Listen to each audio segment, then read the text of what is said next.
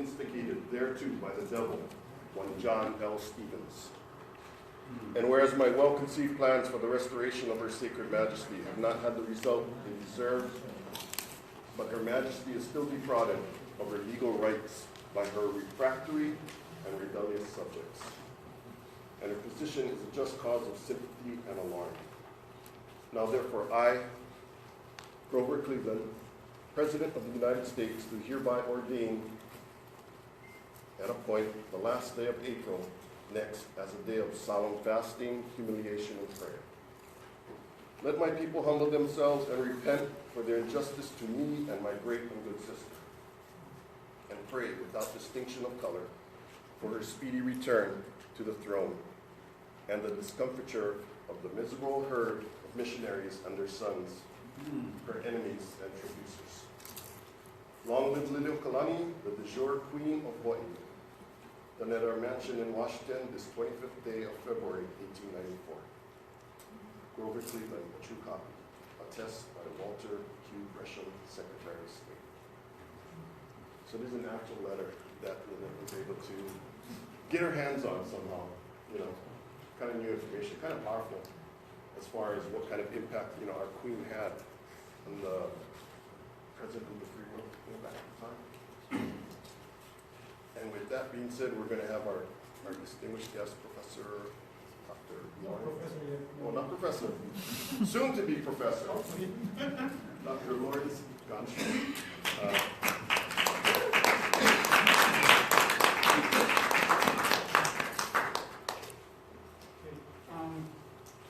Hello, Mike Arco. Am I in the way for anybody? Because the setup is a little bit strange here, so can you guys all see the screen kind of okay? All right. Okay, so Lynette asked me, Lynette and Blaise asked me like a few months ago to do be the I think number 4 or number 5 in this series of presentations, and to share a little bit of my own research, my dissertation. So just a little short background. I was born and raised in Germany, came to Hawaii 14 years ago, and just finished my PhD last year at the University of Hawaii in political science. And I looked at, for my research, I looked at Hawaii's position globally in the world, but mainly in Asia and the Pacific, and its relationships with the other countries of the Pacific and also with those countries in Asia. So that's kind of my background, where I'm coming from. So for this presentation, I drew a lot from my dissertation work, but also even including some more recent research, because research, as all those of you who are doing research, is something that never ends. You always find new things. I mean, Ron, you can surely attest to that. Just like last week, I found more documents, and some of it I incorporated in here, and even my dissertation. And I'm also currently working with US Press to get this published, so I'll probably have my book out in maybe about 2 years or so from now. It's a long process, hopefully. So without further ado, let me start on the presentation. So I was also thinking about how should I call this presentation. The title of my PhD is somewhat different, but so a power in the world is a quote from a famous person that you will discover in this, we get to know in this presentation, a Hawaiian diplomat who said that about Hawaii, about the Hawaiian Kingdom and its role in the Pacific. It is going to be a power in the world. And I also thought it was kind of interesting that not the present administration in the U.S., which we don't really know what it's going to do yet, but the previous one, they had this idea of making America, like making East Asia and the Pacific the pivot of American policy. So there was this idea of using kind of centering American imperialism on Asia and the Pacific. And so I thought it was kind of that's an interesting idea. Let's twist it around and use that word to look at it from a different point of view, actually not from an American imperialist point of view, but from actually the Pacific itself. And so that's why I choose that title. Okay, so let's first go. No, this is weird. something is wrong, because the screen doesn't match with the presentation. It still has the title page here.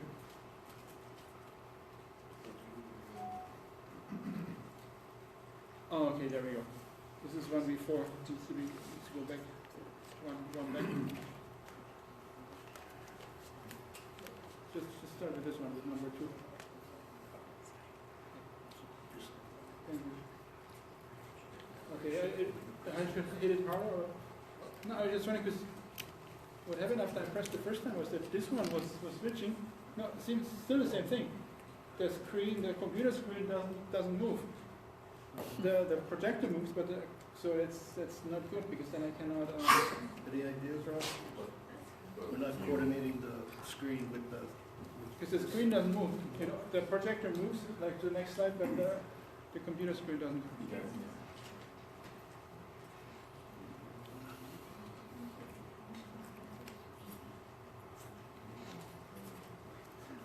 I'm so sorry about this.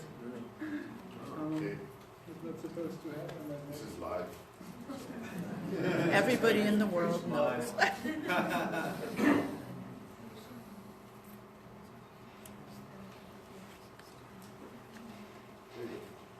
now let's just, okay, so let's go back to just how does this play?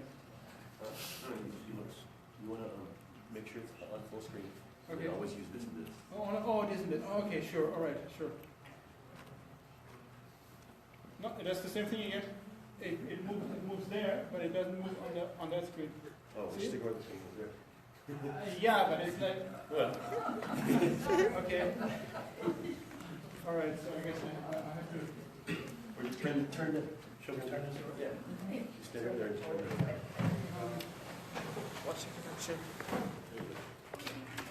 No, but then now I'm in there right in the picture. That's even worse.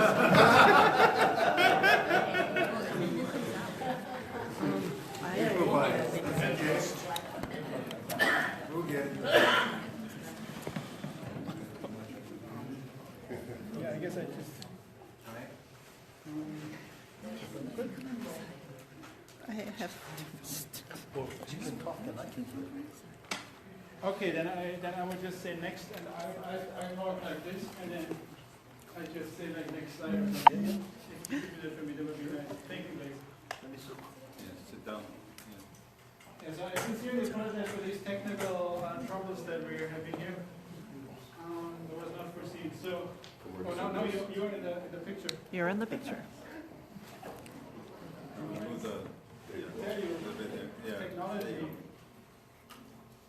In the kingdom, it wouldn't have happened because all I would have done was just talk because there wasn't any of this stuff. All right. Okay, next slide, please.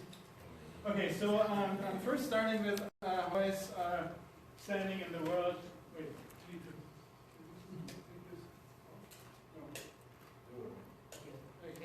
the page is better. So this here. This one is okay.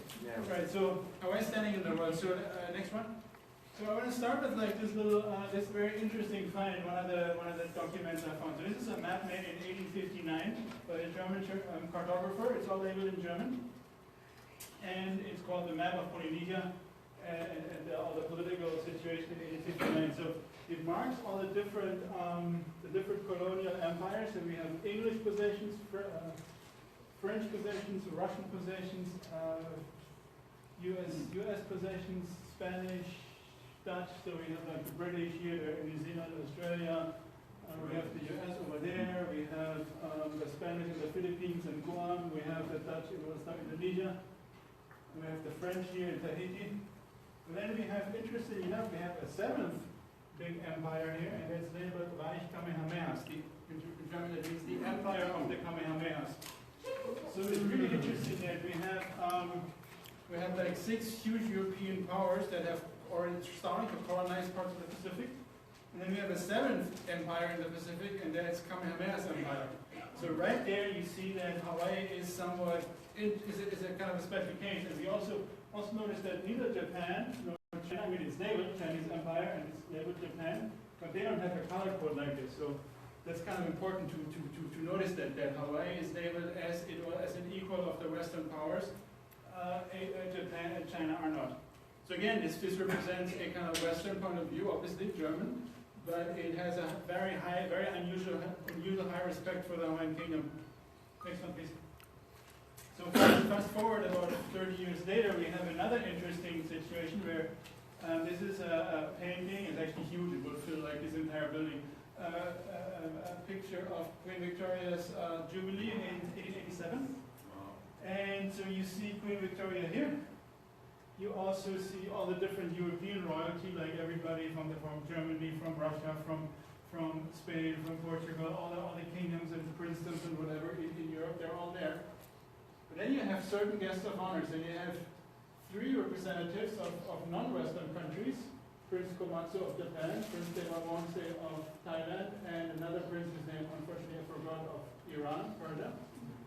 So you have those special people who are not part of that group, but then yet you have another group of people that are also not part of that group, but then neither part of that group either, but these are Princess Liliuokalani and Queen Kapiolani, who represent Hawaii for that. And they are actually probably the most honorable place you can imagine. They are right in the middle of all the clergymen, all the Anglican clergy, like all those who are actually doing the service, all the bishops of the Anglican Church, and right in between you have these 2 ladies from Hawaii. So again, you have Hawaii in a very special place that's kind of distinct from both the Western royalty but also from the other non-European royalty. Next one, please. And of course, you all know that the key for understanding is why that happened, why Hawaii had that special position was very documented. We probably are all familiar by now, and I have to acknowledge Kamana Michaelani Beamer from Hawaiian Studies for that, because he went to London to actually find this and to take a picture in the British Archives. So this is the famous declaration of November 28, 1843 that says, Her Majesty the Queen of the United Kingdom of Great Britain, and His Majesty the King of the French, and so on and so forth. We are hereby have thought it right to engage reciprocally to consider the Sandwich Islands, which was the term for Hawaii, an independent state, and never to take position either directly or under the title of protectorate or under any other form of any of the territory of which they are composed. So again, the key is to recognize them as an independent state. That's the key here. And of course, as we all know, this is obviously was very important, and people understood it that it was important in Hawaii because the day became the national holiday. This is a flyer for the 40th anniversary in 1873. No, the 30th. My math is bad. The 30th anniversary for that celebration in 1873. Next one, please.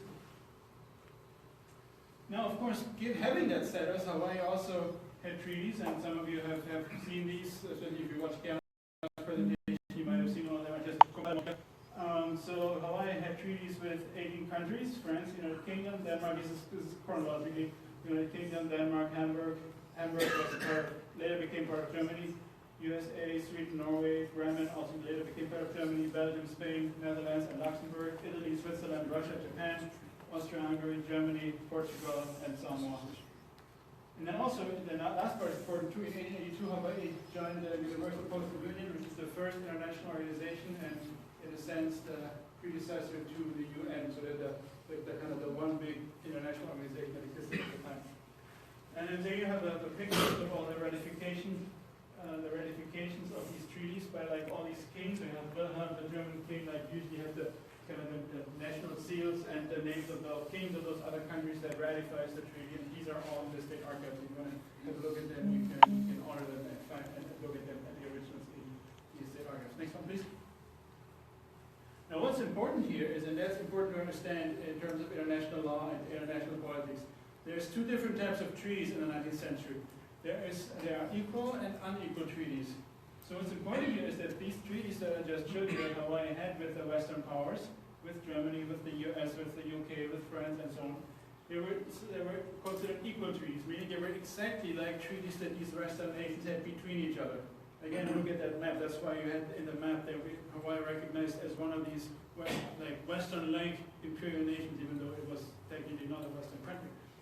And at the same time, all treaties that were done with non-Western countries throughout the 19th century were unequal treaties.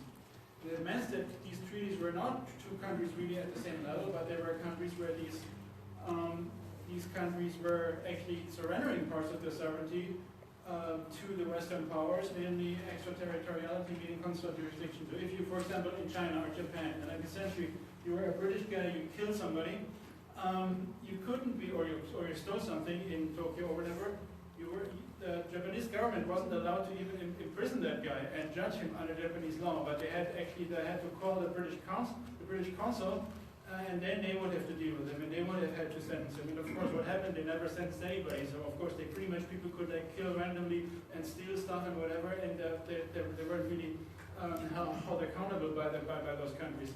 So it was all a kind of very racist, bad, kind of unequal system.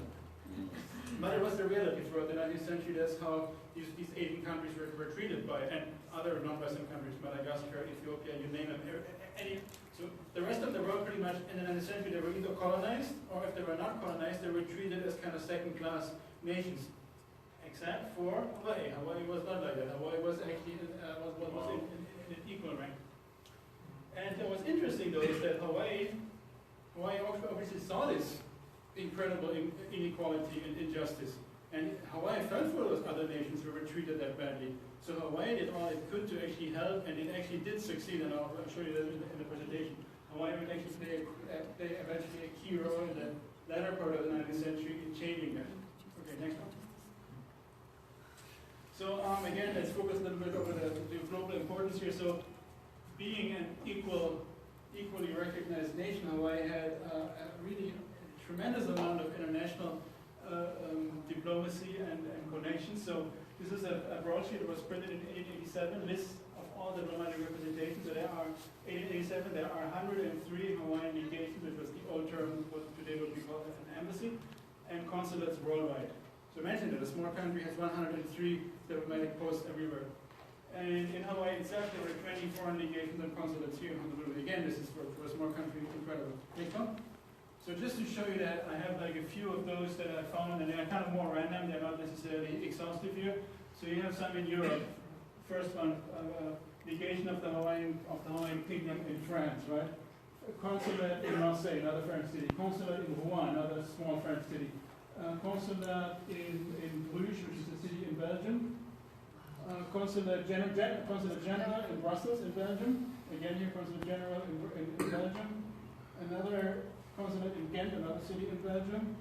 In Liège, another city in Belgium. In Göteborg, in Sweden.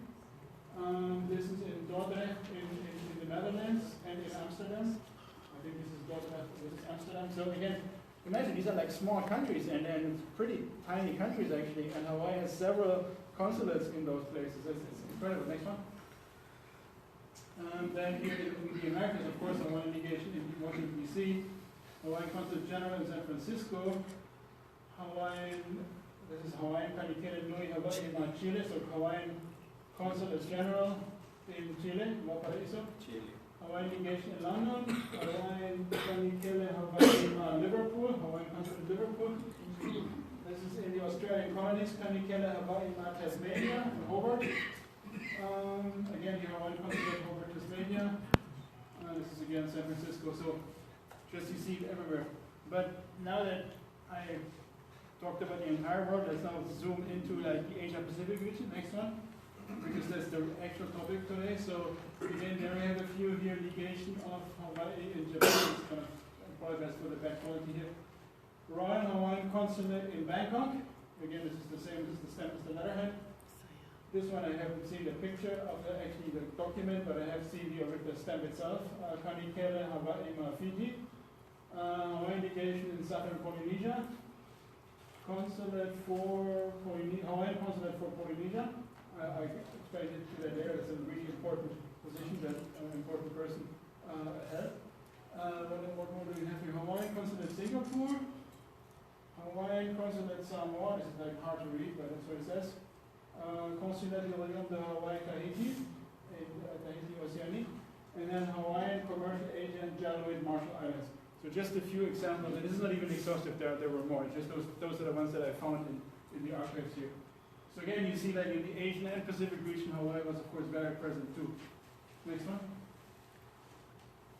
Okay, so now my second part, that where I really get into the kind of nitty-gritty of my research, where I'm talking about Hawaii as a regional power in Oceania, and also as a model for state building and state formation in Oceania and other places. Next one. So it all starts essentially with this guy. Well, actually, we might even say it starts further before, because already Kamehameha had some ideas of maybe uniting Hawaii with the rest of Oceania. There was already something that Kamehameha apparently discussed, that probably Kamehameha II already discussed. Bulki went to the South Pacific for those kind of reasons. So it was an idea that was around in the kingdom throughout the first half of the 19th century. But when it really took off was with this particular gentleman, Charles St. Julian. He was the Hawaiian Consul General in Sydney, and he was the Hawaiian Commissioner to the independent chiefs and tribes of Polynesia. That was his official title. And he was a really amazing guy. First of all, what's interesting, he was not Hawaiian. He was not from Hawaii. He was born in London. But he never actually went to Hawaii even. All he did was write letters to Kamehameha III and to the foreign minister, Wiley. So this is an example of somebody who is not even Hawaiian, but who is like one of the most important patriots of the kingdom in the 19th century without even being in Hawaii. So again, like just about changing your perspective a little bit about what Hawaii was and how it was like all over the place pretty much. So for the Hawaiian government, he published this official report on Central Polynesia in 1857. It was tremendous research. This guy was just like he was sitting in his office all day, going to libraries and traveling around the South Pacific too, some of the places closer to Australia. And he compiled this like about 100-page book, which is like probably the best quality kind of encyclopedia of the Pacific Islands that was being produced in the 19th century. It's incredible. You can look up like every single island, whatever, some small atoll in the Tuamotus, you find like an entry of like 5 paragraphs about it. I mean, it's absolutely incredible. But more importantly, it was also a policy paper. There was an encyclopedia and a policy suggestion for what the Hawaiian Kingdom should do. And so he suggested that Oceania as a whole, all the islands of the Pacific should actually be united. That would be a good idea to unite them, and Hawaii being the one recognized nation in the region should actually take the lead and do that. And now if Oceania under Hawaiian leadership would be united, then it would be, and now there's the title of my work, a power in the world. It's just kind of a compilation of kind of really poignant phrases here. It would not only be permanently independent, but powerful. And in such a case, Hawaii would be able to speak with a voice imperial in the councils of the world. So these are kind of the ideas that St. Julian had. And he found people in Honolulu liked it. I mean, Foreign Minister Wiley liked it, Kamehameha III liked it, Kamehameha IV liked it, Kamehameha V liked it. Everybody that St. Julian communicated with was pretty much in sympathy with him. The question was only that Hawaii, at that early time, didn't really have the means financially to do all that yet, so they were kind of putting it off. But the idea was definitely there, and St. Julian was one of the really remarkable kind of policy makers and political visionaries for that, like mid-1800s time. Next one, please.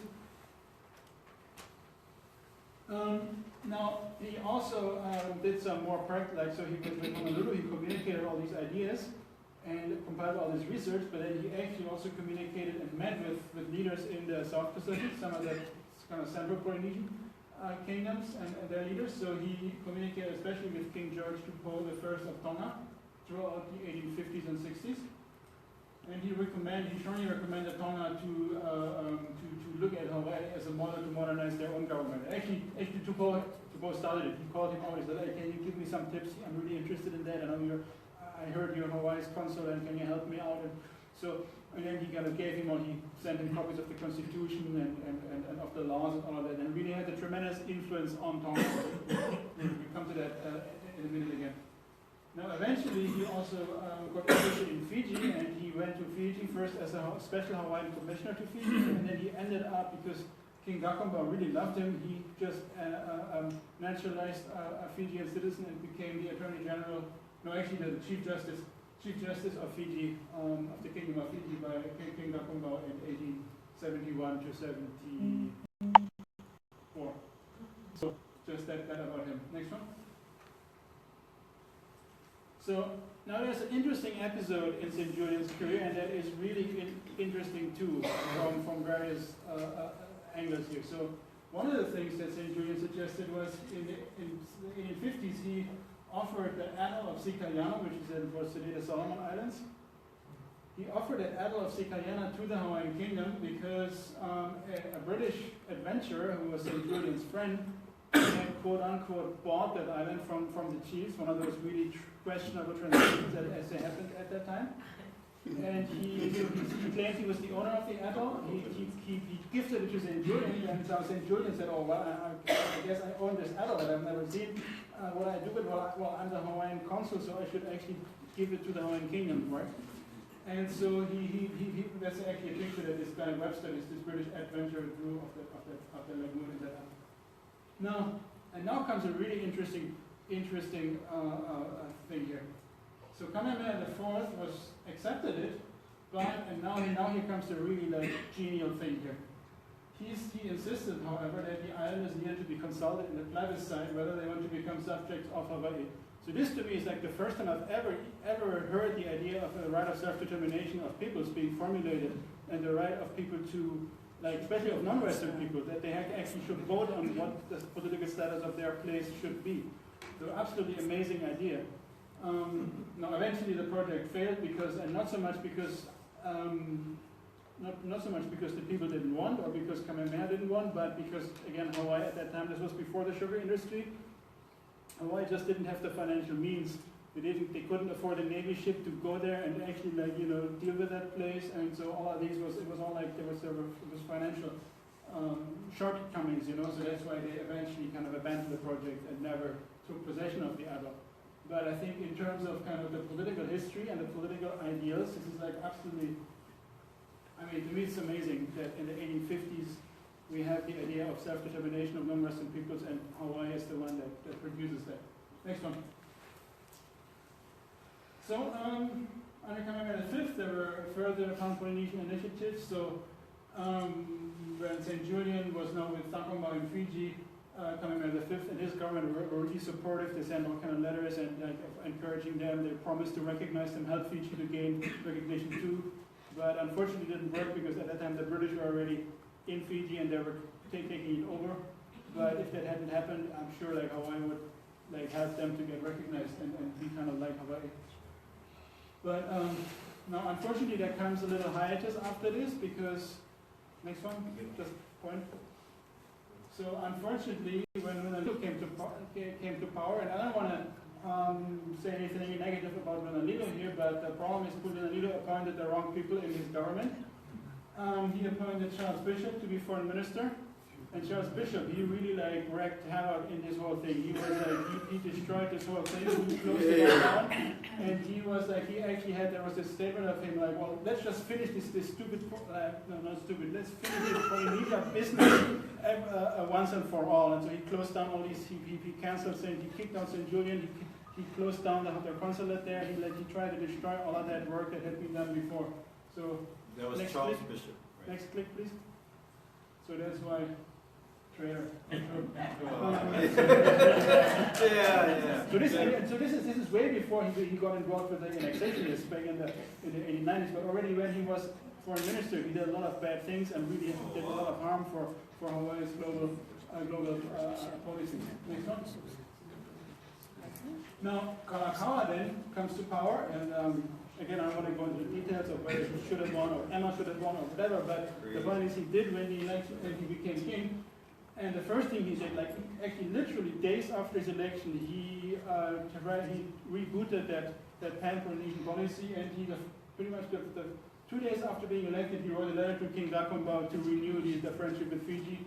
And then in 1874, he also started to communicate with the Premier Albert Steinberger of Samoa, who again was a Maile guy, but the Samoans had actually hired him and made him the Prime Minister to help them with their government. And so him and Kalakaua also communicated, and Kalakaua promised well, he didn't just promise, but he actually helped Samoa to in his efforts to get international recognition. Now, Samoa didn't get it right away, but Kalakaua was like, Hawaii did everything it could to help Samoa with that, and that's where Hawaii started to be involved with Samoa, and eventually Kalakaua would do much more than just write letters, but this is like, so it starts right there when Kalakaua takes over. He kind of really dedicates himself to a kind of a pan-Polynesian policy. Next one. Okay, so as a result of these 30 years of interaction, like starting with St. Julian under Kauikeauli already, then under Kamehameha IV, under Lota, well, not under Lunalilo really, because Bishop is a judge, but then under, definitely again, in the early years of Kalakaua. Through all of these efforts, we have 3 constitutions in the rest of the Pacific that are directly modeled on those of Hawaii. That's the Tongan Constitution of 1875, the Fijian Constitution of 1871 and 73, revision, and the Samoan Constitution again in 73 and revised in 75. Now, all of these are kind of directly derived from Hawaii's constitution. They're modeled on it. They're somewhat modified, of course, because each country has its own different situation. But they're nonetheless, the entire passages are even identical with that of Hawaii in each of them. And now, interestingly, in Tonga, because Fiji, as I told you, Fiji was taken over by the British just a few years later. Samoa was taken over eventually by the Germans and by the Americans partly. And they went on different trajectories, but Tonga never was colonized by anybody, and Tonga actually kept that constitution, and even today we have a constitution of Tonga that is about 75–80% identical, even word by word, with the 1864 constitution of Hawaii. Okay, next one. Okay, now we get to the later part of Kalakaua's reign, and then so Kalakaua, after he does the trip around the world, he really his policy really takes an even stronger stand into some of the things I already said. So you're all familiar with, actually, it's funny that we have that same picture right here, over there in the corner of this room. So we all are familiar with his revival of hula for his coronation, and so the revival of Hawaiian cultural practices. He also published the Kumulipo, so he did all of these kind of cultural revival things. But it also went along with a more assertive Hawaiian foreign policy. Also, of course, keep in mind that at the time the sugar industry was booming, so Hawaii got a lot of tax revenue through that. So finally, Hawaii had actually the financial means to do a lot of that and to actually afford overseas missions, afford its own navy, for example, all of those kind of things. Now, interestingly, these cultural considerations also influence policy making, and that's something that I don't think I have really read from any historian yet, but I clearly found that in all of the things. So, so for example, there's a few examples where Kalakaua really diverges from, I guess, what is the normal way of conducting diplomatic relations as kind of in this kind of Western influenced international law at the time. So one thing is Midway Atoll. Yeah, Midway Atoll is part of the northwestern Hawaiian island chain. Now the thing is, Midway Island was taken over by the Americans in 1867, like very early on. And the U.S. Navy went there and they planted the American flag and said, "This is ours, and we might in the future build a naval base." They never did at that time, but they kind of had that thought already. And now the thing is, under that time, international law, there was the idea of doctrine of discovery, and especially if it was uninhabited, there was little you could do against that, because sure, it was nobody was there. There was no immediately visible traces of human habitation either. So I guess under international law, the Americans were right. They took it and they had it and they said it's ours, and Hawaii couldn't do much about it. However, Kalakaua started to say, no, wait a minute, this atoll is part of our chain, because we have the Kumulipo that names all these islands, names all the old names of the northwestern Hawaiian islands. So this atoll actually belongs to Hawaii, and so we have, because of our culture and our traditions, we have the right to own this atoll. And I don't care about this Western international law. I want this because our culture says it is ours. And so with that, he went to address President Cleveland's first term, his Secretary of State, Bayard. And so Kalakawa's government and Secretary of State Bayard had communications about it, and actually Secretary of State Bayard was ready to give it up to Hawaii, maybe against some financial, I mean, they had pretty much had to buy it from the US, but probably not for too much. So they were about, right before the bayonet coup, but then the bayonet coup happened, everything went kind of downhill from there. But so right before they were about to negotiate getting Midway Island and kind of incorporate the entire island chain into Hawaiian hands. And again, this is like super interesting because, again, he was very insistent on culture topping Western concepts of international law. Also, he had diplomatic relations with non-state entities, the chieftains. So he commissioned ambassadors, not just to other states that were recognized, but he commissioned ambassadors to the tribes and chiefs of Polynesia. So he went beyond what Western international law would prescribe or would even make possible. But again, like based on Hawaiian cultural understandings, that these are cognate people, these are Polynesian people just like Hawaiians, so therefore we should treat them as diplomatic equals, even though the West wouldn't see them as that. So again, this is really interesting because it means that Kalakaua really went beyond Western international law. He tried to infuse his own Hawaiian cultural views into it. Next one. So now we come to important part, a centerpiece here, and I have a handout, so please can you pass it around.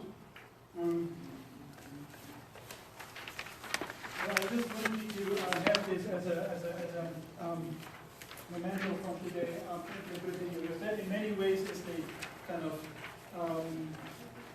what would I say, that the pivot itself, or like the climax in some sense of that, the epitome of that Hawaiian policy under Kalakaua.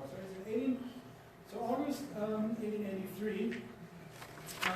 What happened in the 1880s was that Western powers were really speeding up colonizing the Pacific. The French were taking Tahiti, they were taking the outer islands off around Tahiti. The Germans were starting to take the Marshall Islands, the New Guinea.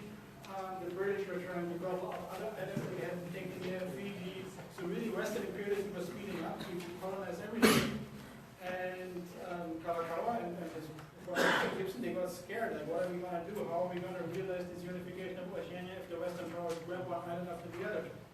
So they made this protest, and it's really interesting. I found every single place I went to do our kind of research, Germany, France, Netherlands, Belgium, in the archives I found this, and it was written on, this is a bad copy unfortunately, but it was made on parchment. It was like some of the documents that I've seen from that time, they're kind of crumbling, the ink is kind of fading. Not this one, it looks like it was written yesterday. It was like some kind of special ink, it's kind of parchment, thick paper. I mean, it's incredible just to hold it in your hands because it's such a thick kind of paper, it's just amazing. So I'll just read it to you, and you can read along and keep it. Whereas His Hawaiian Majesty's government, being informed that certain sovereign colonial states proposed to annex various islands and archipelagos of Polynesia, does hereby solemnly protest against such projects of annexation as unjust to a simple and ignorant people and subversive, in their case, of those conditions for favorable national development which have been so heavily accorded to the Hawaiian nation. The Hawaiian people, enjoying the blessings of national independence, confirmed by the joint action of great and magnanimous states, ever ready to afford favorable opportunities for self-government, cannot be silent about or indifferent to acts of intervention in contiguous and kindred groups which menace their own situation.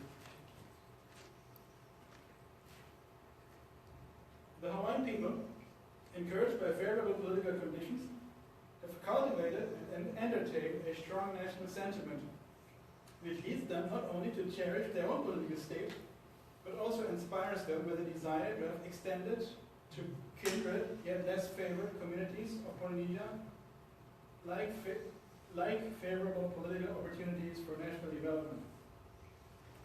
And whereas a Hawaiian Legislative Assembly, expressing unanimously the spirit of the nation, has declared that it was the duty of His Hawaiian Majesty's government to proffer to kindred peoples and states of the Pacific an advising assistance to aid them in securing opportunities for improving their political and social condition.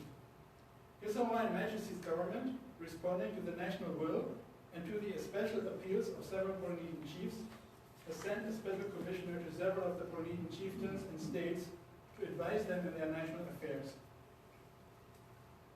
And His Hawaiian Majesty's government, speaking for the Hawaiian people, so happily prospering for national independence, makes urgent governments of great and enlightened states that they will recognize the inalienable right of the several native communities of Polynesia to enjoy opportunities for progress and self-government, and will guarantee to them the same favorable political opportunities which have made Hawaii prosperous and happy, and which incite their national spirit to lift up a voice among the nations in behalf of sister islands and groups of Polynesia.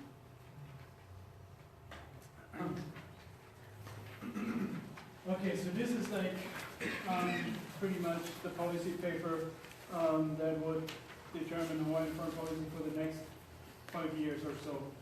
And again, it speaks to, I think, a lot of what I just talked about, how Hawaii was really trying to use its own favorable position to help the entire Pacific, and to really use that status it had to help other people who were mistreated by Western part at the time. Next one, please. Okay, now we come from theory to action. Actually, it's interesting.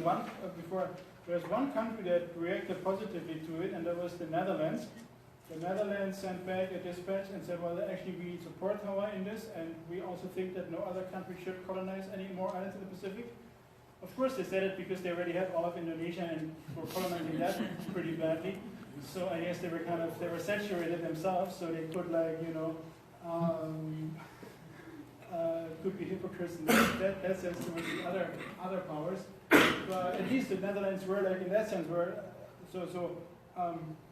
Hawaii had an ally in The Hague, and that's like 120 years before the Larsen case. So that's kind of an interesting thing to think about too.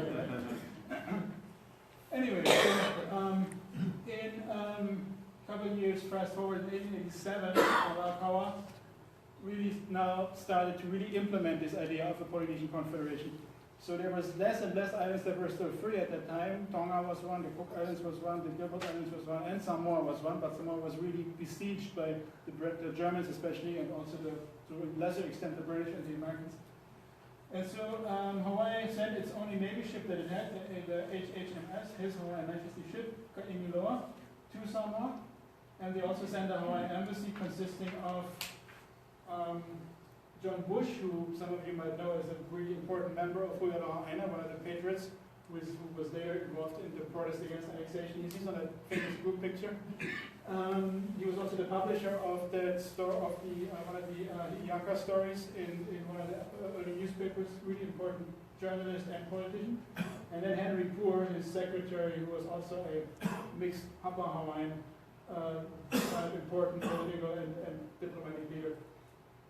And he was King Maliatoa Laupepa of Samoa, and they're on board that ship in Apia Harbor.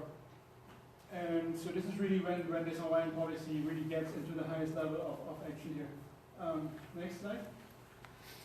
And so in February 1887, King Maliatoa and Hawaiian Ambassador John Bush, they signed a treaty of political confederation between Hawaii and Samoa. So this is the Samoan ratification document by Maliatoa and by all the different members of the Samoan House of Representatives.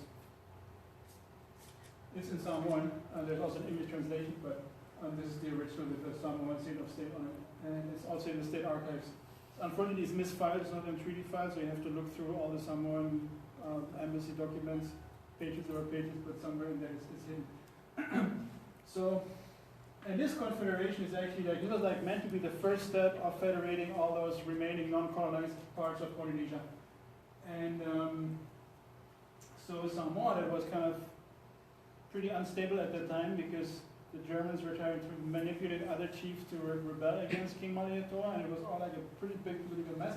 So Hawaii really tried to streamline the Samoan government that way, and therefore tried to kind of help Samoa navigate through this kind of challenge with the Western powers. And it all looked actually pretty good. The Hawaiian mission was able to get all the different chiefs that the Germans had manipulated. The Hawaiian embassy was able to convince all of them to give up their rebellion and to rejoin and be unified. Only two problems happened. The Germans sent in a group of we call it battalion. I don't know what's the legal term for a naval, a squadron. Yeah, a squadron. That's the term. A squadron of Navy ships. And they just like went in there and they just took everybody hostage. They actually kidnapped Malietoa and deported him back to Germany. And then at the same time in Hawaii, the bayonet coup happened. The missionary sons took over the government, at least temporarily, for signing a new constitution, all that you're familiar with. So then they had to recall the embassy, because then again you had these traitors in power, and they, just like Bishop before, they tried to shut all this down, close down the Hawaiian embassy in Samoa, and pretty much like destroy this entire network of Hawaiian foreign policy. But nonetheless, even though it failed in action, it's nonetheless an important document that really testified to what Hawaii really was all about and wanted to do. Next slide. And part of this was also, part of this vision was that Kalakaua founded the Royal Order of the Star of Oceania. That's the Grand Cross of it. And it was meant to be given, and actually King Malietoa was the first one to get awarded the Grand Cross, in recognition of services to advance the good name and influence of Hawaii in the islands of Polynesia and other groups of the surrounding ocean. Next one, please. Now, they also published the statutes of that order in both Hawaiian and English. And now, if you look at the statutes, it's really interesting how they define Oceania. They define it actually in a much broader way than we think about it now. Next one. So this is in Hawaii. And next one, because in the interest of speed, we'll just read the English. So the Star of Oceania is established for the recompense of distinguished services rendered to us or to our space, and in advancing the name and influence of Hawaii among, and now is the interesting definition here, the native communities of the islands of the Pacific and Indian Oceans and on contiguous continents. So if anybody talks about the Asia Pacific today as a kind of unified region, that's it, like Kalakaua talked about it. So for him, Oceania was not just the islands, it was actually the Pacific Rim as well, especially Southeast Asia. Next one. And so that's how now we get to kind of the next point, Hawaii in Asia. Next one. So one thing is that Gibson, before he was prime minister, he was actually British originally, then was in America for a long time, and then came to Hawaii in the 1860s. And in the 70s, he was kind of one of the leading journalists. He picked up Hawaiian super quick. And he had previously been in the Dutch East Indies and actually helped to foment a rebellion of the Malay people against the Dutch in what is now Indonesia. He was imprisoned by the Dutch there. So he has a long history of kind of being kind of involved in anti-colonial, kind of anti-imperialist kind of movements. And so when he was a journalist, he published a lot of stuff in Hawaiian newspapers about talking about the Malay language and the Hawaiian language, how they are related. This is a list of, so it says, no hea mana kanaka Hawaii, where are the Hawaiian people from? He argues they must be from Southeast Asia, from those islands, because then he compares Hawaii and Malay language and Hawaiian language. And he also actually translated a lot of Malay languages into Hawaiian that were published in his newspapers. And then the interesting point here, he advocates a marriage alliances between Malay sultanates and the Hawaiian kingdom. So again, the idea of having Hawaii not just with other islands of Polynesia, but with other related, little bit more distantly related peoples in Southeast Asia.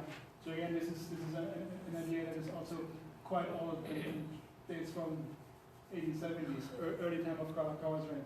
Next one. And as part of trying to implement this idea, when he toured the world, Kalakaua visited the Maharaja Abu Bakar of Johor, which is present-day Malaysia. If you're familiar, there's Singapore, and then there's a bridge that goes to the mainland on Malaysia, and that's right there is Johor Bahru, the capital of Johor. And so he visited him, and now the interesting thing is he immediately, so Gibson wrote that in his newspaper, Pacific Commercial Advertiser at the time. He owned an English one, Pacific Commercial, and the Hawaiian one, so His Majesty recognized striking evidence of kinship between Hawaiian and Malay. So they were talking story. They were speaking English because they both spoke very good English, but they immediately noticed that their languages are similar.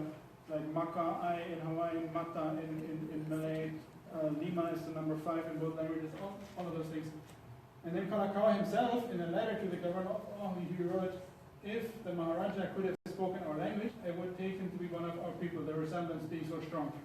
And if you look at him, I mean, he definitely could be a Hawaiian person of that same time too. He would take off that kind of exotic looking hat, put like more like something like a pith helmet that Kalakaua would wear or something like that. You would definitely think he's a Hawaiian Alii, right? So there we have this kind of potential of kind of connecting Hawaii with the Malay world. And again, you know, this the interesting thing also, it transcends any of those kind of units like religion. I mean, the Malays were Muslim, the Hawaiians were Christian, but Kalakaua didn't matter to him. Like they're both related, they're both spring from the same race. So therefore, what's the matter of those were Christian? I mean, they say, well, we Hawaiians were Christianized by the Anglo-Saxons. Those guys were Islamized by the Arabs. Who cares? We're both Pacific peoples, you know. So next slide. No, but of course the probably most important country that Hawaii connected with during Kalakaua's reign was of course Japan, and I'm focusing on that. So while Kalakaua was in Japan, he had discussions with various Japanese government officials. That's a cool picture. There also is one probably with him and the emperor, but it has never surfaced yet. There is also one with him wearing kimono, which I know that from a newspaper article, but again I haven't seen that. It's lost unfortunately, or maybe till it resurfaces at one point, right around, like maybe you'll find it in some of those missionary descent papers at one point, who knows. But this is so far, unfortunately, the only one we know. Now, in their very first meeting between him and the emperor, they already talked about revising Japan's treaties and Hawaii playing a key role, because Hawaii, remember that Hawaii was a fully recognized country, right? So Hawaii also had a treaty with Japan. But believe it or not, that was an unequal treaty giving Hawaii all these privileges, right? Because Hawaii was considered a fully recognized country. So Hawaii had all these privileges. Like if a Hawaiian guy jumped ship in Yokohama and killed the Japanese police couldn't arrest him, right? Same thing. So that kind of consular jurisdiction was for Hawaii too, because Hawaii was in a position of the first-class nations. Japan was not. So Kalakaua had this idea, look, like we don't want this stuff to be better than you guys. We want equal relations, so why don't we revise the treaty and then the other countries all have to follow whether they want it or not. So that was the idea. Unfortunately, it didn't work because there was a traitor in Kalakaua's team, and it's that guy, William Armstrong. And he, like, the first thing he did, he ran to the American and British embassies in Tokyo and told them, hey, you got to do something. They're going to try to annihilate your privileges here and make you equal partners of Japan, and you can't let it happen because we're white people. We should like dominate those regions, you know. So again, next one, please. Yeah.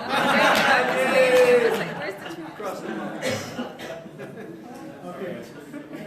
Who is that? Who was he? What's his name? Lauren? Sorry. Who's that The guy? name William Nevins Armstrong. Armstrong. Yeah, the son of the missionary Armstrong, the one who was the first minister of education under Kauke'uli. That's his son. You wrote that book, yeah? He also published a book around the world with the king, like his version of that trip around the world. Interesting. Okay, next one, please. Now this is the next really important thing here, and it's that now after all of this had failed, like the next day, Kalakaua by himself, and he didn't even tell Armstrong where he went. He just told Armstrong he was going to a what are these Japanese bars called, whatever. He just told him something like that. He went to an izakaya or something. But in fact, he had another private meeting with the emperor late at night in the palace without those guys. And now he really started to talk story with the Meiji emperor. And this is just like a little excerpt here, but I'll read you the whole paragraph. The purpose of my travels this time has been to promote something that has been, so this is Kalakaua speaking, yeah, that has been on my mind for many years, a league of the countries of Asia. The European countries make it their policy to think only of themselves. They never consider what harm they may cause other countries or what difficulties they may cause to other people. Their countries tend to work together and cooperate when it comes to strategy in dealing with the countries of the East. The countries of the East, on the other hand, are mutually isolated and do not help one another. They have no strategy for dealing with the European countries. This is one of the reasons why the rights and benefits of the East are now in the hands of Europeans. Consequently, it is imperative for the countries of the East to form a league to maintain the status quo in the East and in this way opposing the European countries. The time for action, I believe, has come. So that's Kalakaua talking to the emperor. Now we only know that because his the emperor's, the translator, because Kalakaua didn't speak Japanese, and Meiji didn't speak good enough English, so and she didn't speak Hawaiian, so they had to have a translator. So the translator took notes, and then they translated it into Japanese and put it in the official imperial chronologies, and then they published them later after Meiji's death. So that's why we have it in Japanese. And then an American historian who wrote a biography of Meiji, he retranslated that part into English. That's why that's the only reason we know about the content of that talk. And so this is really interesting because it is the first articulation of what later would be called Pan-Asianism by a political leader. And again, this was not an Asian leader, it was Kalakaua, it was a Hawaiian leader. It was a Hawaiian leader having this kind of far side of saying, well, we gotta do something because if these Asian countries don't work together, I mean Asian and Pacific countries, including Hawaii, then we're all gonna be taken over and all gonna be like mistreated and by these Westerners. Now, of course, the problem is because that previously the whole thing had been leaked. Meiji couldn't immediately act on it, but because they had first had to deal with these European powers, but it was always something that was kind of in the Japanese mindset from then on. And again, Kalakaua is at its origin, so that's the important part here. Next one. Okay, now that the negotiations went on, so just 1 year later, Kalakaua sent the envoy John Kapena to the Japanese, that's him, John Kapena, as an extraordinary Hawaiian ambassador to Japan. And he had another discussion, really interesting discussion with a Japanese forester, Japanese foreign minister, Inoue Kaoru. And so one of the things that Kapena said to Inoue was that Japanese and Hawaiians spring from a cognate race. Because he was trying to explain to them why they want Japanese laborers, why they want Japanese to migrate to Hawaii. Now, the Japanese were always kind of suspicious, and it's just they just want to exploit these people for their sugar plantations. And then sure, some of the sugar planters wanted to do that, but the Hawaiian government in Kalakaua was trying to tell them, no, it's not just that. I mean, sure, we want them to work or whatever, but the main point is we want ho'olulahui, we want to have people to intermarry with Hawaiians to strengthen our country. And since in their opinion, Japanese and Hawaiians are of a cognate race, therefore it's probably the Japanese would be the best. And then we're also the idea that both have kind of these sacred line of rulers that are like descending of the gods in both countries and all that. So there's a lot that Kapena and also Kalakaua thought that Hawaii and Japan had in common. And then the interesting thing that also Japan has said to Inoue about the unequal treaties. Kapena called it a relic of barbarism, which is interesting because again he turns here this kind of Western discourse on its head. When the Westerns are always saying, well, these Asians, these yellow people are barbarians, right? And that's why we have to treat them badly and have to treat them as second-class countries and whatever. Kapena turns it around. That's barbarism to treat countries as second-class countries like the Europeans are doing to you guys. So, next one. Now, there were more missions. There was one by Iokea right after that, Iokea and Pur, the one we already seen in Samoa. So they kept negotiating, but eventually, and this is the important part, eventually what Hawaii wanted to do, Hawaii did. And it did it kind of last minute, like literally last minute. So in late 1892, Queen Kalani instructs Robert Irwin, Hawaiian minister to Tokyo, to make an executive agreement. Again, we've heard about that from Kiana, but executive agreements, how important they are. Make an executive agreement with the Emperor of Japan, namely canceling the unequal provisions of the Hawaiian-Japanese Treaty, and actually finally doing what Kalakaua already wanted to do in 1880. Now, Irwin receives those instructions, and he delivers the diplomatic note to the Japanese Foreign Ministry on January 1893. Remember, there's no cable at the time, right? So they didn't know what happened in Hawaii till, the overthrow. They probably got to Japan maybe, well, it had to go first to San Francisco. It takes like eight days. And then you would feed it in the cable system. It would go all the way around the world pretty quick within a day or so. So Japan would find out about the overthrow maybe about like 1.5 weeks later, but not before. So January 18th, of course, the impression was that, Lili was still in possession of the government. So this is like almost, you can say, like the last action of Queen Liliuokalani is to cancel the unequal treaty and to equalize the treaty relationship with Hawaii, with Japan. And then the Japanese Foreign Minister, Mitsu, that's him.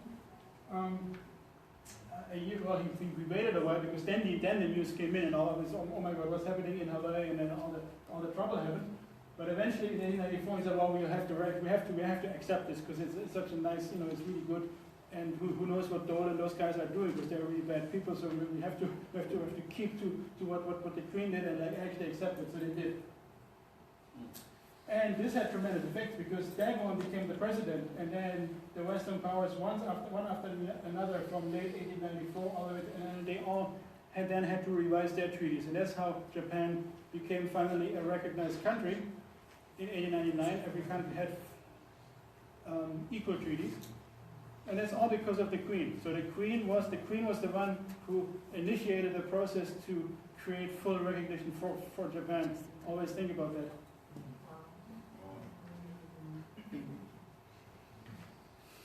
Next one. Okay, now we come to the second country in Asia that that Hawaii had important relations, namely China. So China was in many ways kind of behind Japan in modernization. They had much more trouble getting their country kind of modernized. They also were treated even worse by the Western powers with unequal treaties. Nonetheless, they tried under Li Hongzhang, who was something like a prime minister. They formerly was called the viceroy of the province of Qinghai, but it was actually more or less something like the prime minister, the leader of the imperial government. So he started an idea of a so-called self-strengthening movement, kind of similar to Japan at the time. So create industries. Like it was one of these big industrial complexes that China built in one of the coastal cities to try to build kind of Western-style ships, try to really catch up with the West, build modern weapons and all of that, so that they wouldn't be completely run over by the West. And so he also founded a Chinese merchant steam navigation company because the idea was they wanted to take all of that into Chinese hands, because by the time in every Chinese port town had like some American or British shipping line kind of monopolizing the trade. And in order to break free of that, China wanted to create its own merchants fleet. And so Li Hongzhang had the idea that in order to expand into the global trade, they should actually make Hawaii kind of a hub for their Chinese shipping line, and therefore kind of, compete with the Americans and the British and kind of create a kind of a more equal balance of trade in the Northern Pacific. Next one. And so right in this comes this interesting gentleman, Cesare Moreno, an Italian, again one of these interesting holotypes who's actually totally at odds with kind of his fellow howlers. I mean, he's not an imperialist. He's not somebody who wants to take everything over and dominate everything, but he's somebody who wants to kind of help out and be like really see these native people anywhere as equals and try to kind of equalize international relations. So he has this idea to create a trans-Pacific cable project from all these countries, from the U.S. to Hawaii to Japan through China. And at that time, in 1880, you had already a full cable system. All what's green and red is already in existence. So you had almost the entire world already, the big capital countries already connected with telegraph cables. So everything that happens near this line is communicated within like a couple hours to the rest of the world already. Keep that in mind. Now the only gap that still is this one. So the idea is to lay this cable, and then not only would they kind of help trade, but it would also make Hawaii more connected, and therefore also would be an assurance policy, because if somebody if the missionaries take over in Hawaii or do some kind of weird thing, the government could immediately cable to everybody, hey, we're like kind of an SOS kind of message. And if that cable had existed, I tell you, 1893 wouldn't have happened the way it happened. But so this was the great idea, but unfortunately there was not enough money. Again, Hawaii didn't have that much money, so they were But they were about to raise funds both in China and in the US and of course in Hawaii itself too.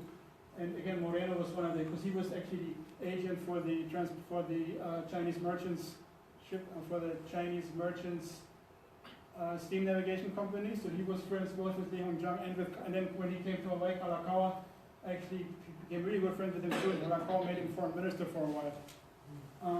And this is the Hawaiian version of this cable project, like a little booklet that Moreno had printed to kind of promote this idea. And again, one of the reasons it failed was because the missionary settings here, they also didn't like him, they didn't like that idea, and they tried to kind of agitate and force Kalakaua to dismiss him. There was actually, we almost talk about 93, we talk about 87, but there was actually another coup even before in 1880 when the missionary families, and again the American ambassador was involved too.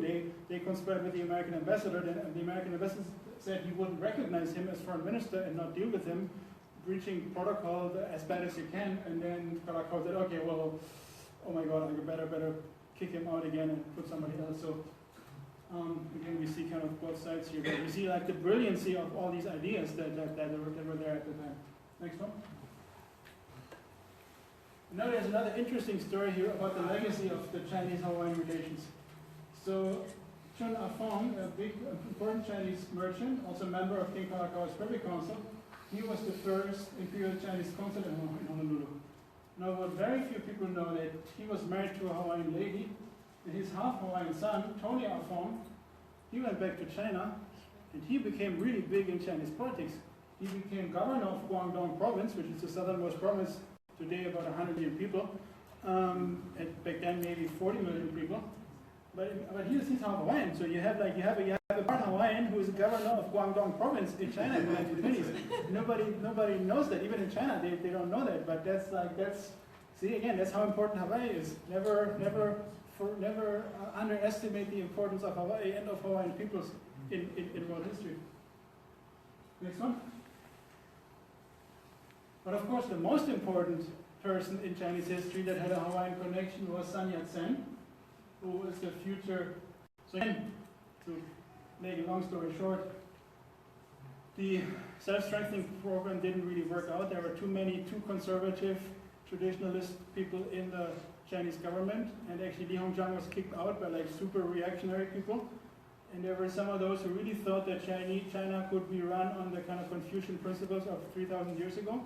And not that there's anything wrong with those principles, but if everybody else has like ironclad warships and you're trying to kind of live only on 3,000-year-old Confucian principles, it's a little bit problematic, yeah. So, but unfortunately, that kind of fraction, that ultra-conservative fraction, kind of dominated in China in the late imperial time, and that's why it kind of all fell apart. And eventually, Sun Yat-sen was the one who led a revolution, so they overthrew the Qing dynasty and created a Chinese republic in the 1910s. And so he became the first president and kind of the really kind of big visionary of modern China. Not a communist like Mao who wanted to kill everybody and destroy everything, but like somebody who really wanted to kind of create a useful kind of synthesis of old and new China to create pretty much along the lines of what he had learned in Hawaii, because he, as a young boy, he was in school here. He went to Iolani and then he went to Punahou and then probably also to St. Louis. So he was schooled in Honolulu in the 1880s. And he later wrote that it was like, it really inspired him to see like a modern country run by native people, but really modern, really well-functioning, really democratic, respecting human rights, all of that. And he kind of thought like China should be like that too. So, and then also interestingly enough, in the 1920s, he became one of those really passionate Pan-Asianists. He also wanted to get rid of these unequal treaties, kind of have all these Asian countries kind of federate with each other, just like Kalakaua has been. And next one. Now what's interesting is what the Hawaiian press wrote about him in the 1920s. So this was of course long after the kingdom had been occupied. But don't really dismiss the Hawaiian press afterwards, because even though they started to attack the language from the 1890s onwards, there was still a really vibrant Hawaiian press about 2 generations later. It only was killed about 2 generations later, in the 1930s and 40s. That's really when it started dying down. In the 1840s, the last newspaper was shut down. But in the 1910s and 20s, you still had a pretty vibrant Hawaiian language press here. So in Nupebaku Okoa, in 1925, when Sun Yat-sen passed away, they had an obituary about him. Yeah, Make Okauka Sun Yat-sen, Kauka because he was a medical doctor originally. So Kauka, Dr. Sun Yat-sen passed away, Makina in China.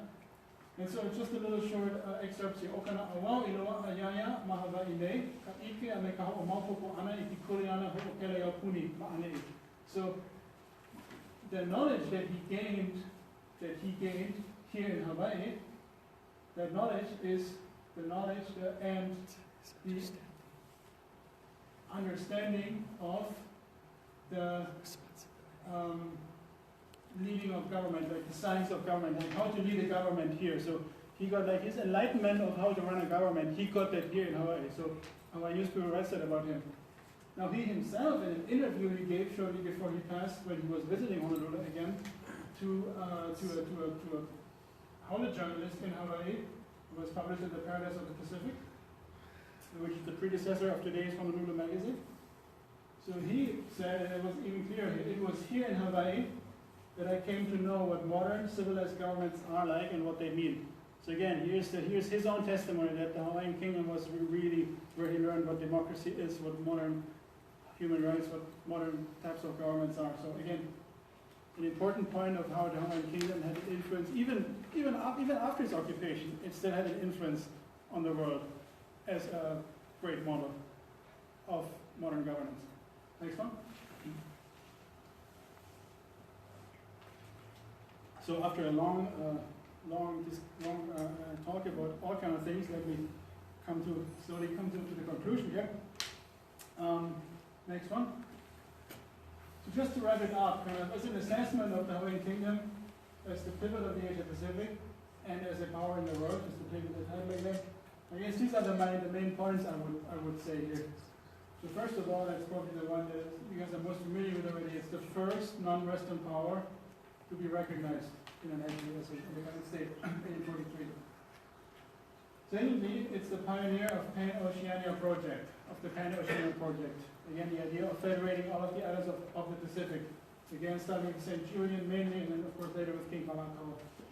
It's also the pioneer of the Pan-Austronesian project. All of these people speaking Austronesian languages, including Indonesians, Malaysians, Filipinos, all of the people in Southeast Asia who speak languages related to those in the Pacific, to unite them all. This was the idea of Gibson and then of Kalakaua too. Next one, also the model for other islands' constitutions in the Pacific. And again, this is still in force in Tonga today. Read the Tongan constitution in English and put the Hawaiian constitution of 1864 in English next to it. You'll see like almost every article is identical. Next one, the pioneer of Pan-Asianism. Again, it became really prevalent in the 1920s with Sun Yat-sen, later the Japanese with their arguably problematic version of it, where they were trying to kind of dominate other Asian countries, but they were also using that as a kind of rhetoric. But I mean, you had it both in good and not so good ways. But the idea of Pan-Asianism again was formulated by Kalakaua in Tokyo in 1981. Now, of course, really important and then globally important, Hawaii initiated a revision of the unequal treaty regime in Asia with the Yokalani in 1892. And eventually, the last one was China in China took till 1943 that China was finally recognized and the unequal treaties were cancelled. But again, Hawaii with Japan initiated that process of equalizing international relations and making Asian countries first-class nations and no longer second-class nations. Also, Hawaii is in a sense the pioneer of the right of self-determination, especially for like non-Western peoples. When Kamehameha V suggested that for Sikayana and also, in a sense, Hawaii is the pioneer of, I mean, I put it in parentheses because I know how charged that term is, but I'll just use it for now. Indigenizing international law. Of course, nowadays we have all kinds of things. You have the rights of indigenous peoples. Very recently, we also have the right of self-determination. Now in the UN Charter, we have all of these things. We have the Declaration of the Granting of Independence to colonized peoples, 1960s. But all of this, in a sense, like to go beyond this very strict idea that because you have sovereignty is absolute, and if you colonize somebody who wasn't recognized before, then they are just colonized, period. this kind of very conservative Eurocentric way of international law. Kalakaua was the first who started to challenge that and say, look, I mean, it's all good, and we're glad that we Hawaii are on the good side here. We are first class, but what about all these peoples who are second class in the system? It's kind of an unjust system, so we got to do something about it.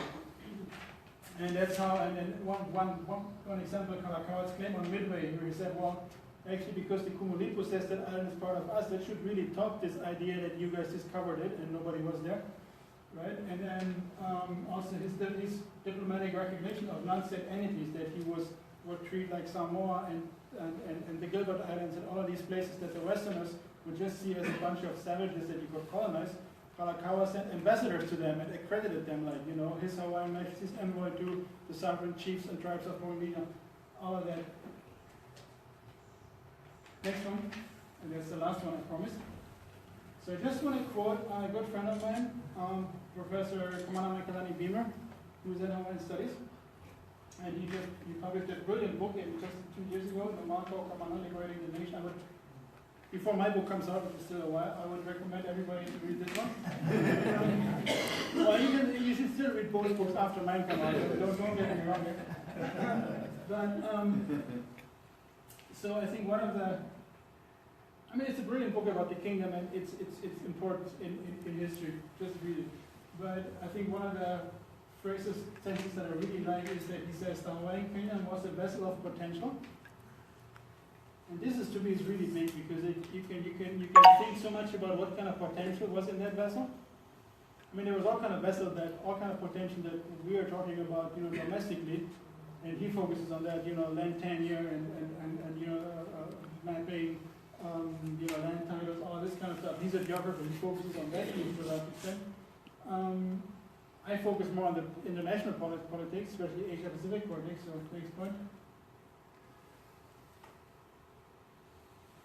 So, to me, it's like the main, one of the potentials that I focus on is the potential for different kind of pivot for the of the Asia-Pacific. Not the American imperialist kind that Obama was promoting, but a different kind of pivot of the Asia-Pacific. So with that, next slide, and then I'll let you guys go. And mahalo.